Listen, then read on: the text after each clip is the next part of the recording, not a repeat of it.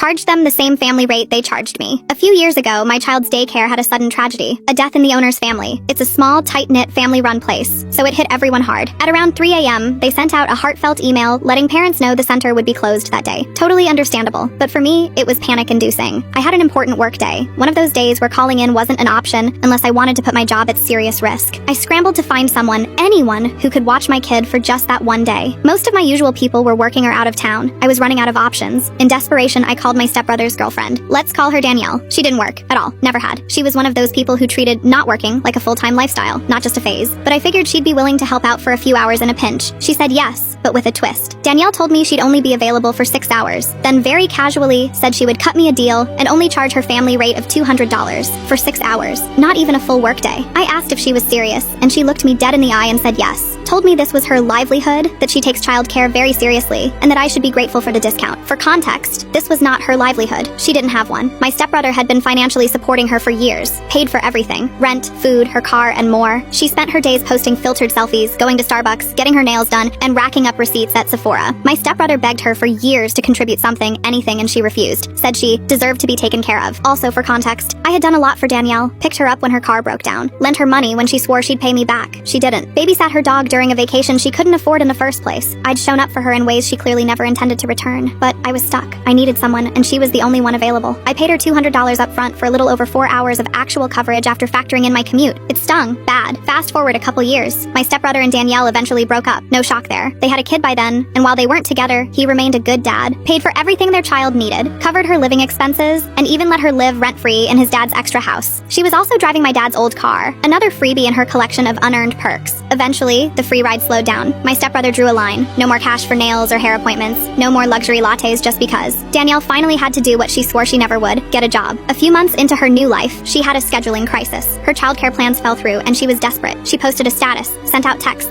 Can anyone please watch my kid? I have to work or I'll get fired. It was like deja vu. I waited a few minutes, then sent her a message. Told her I could help. I was free. I'd be happy to watch her kid. Then I quoted her. It'll be $200 for 6 hours. Family rate. She thought I was joking. I wasn't. I repeated it with a smiley face and told her I took my time very seriously and this was my livelihood. You know, just like she said to me. She exploded, cussed me out, sent paragraphs of angry messages about how unfair I was being, how she really needed help, and that she would never charge someone that much. I didn't reply. Just let her rage into the void. That silence, that was my petty little crown jewel. She ended up scrambling for someone else, and word got around that I'd shut her down with her own words. I didn't even have to say much. The people who knew us both got the picture. Karma, wrapped in a neat little invoice. And you know what? I didn't even feel bad.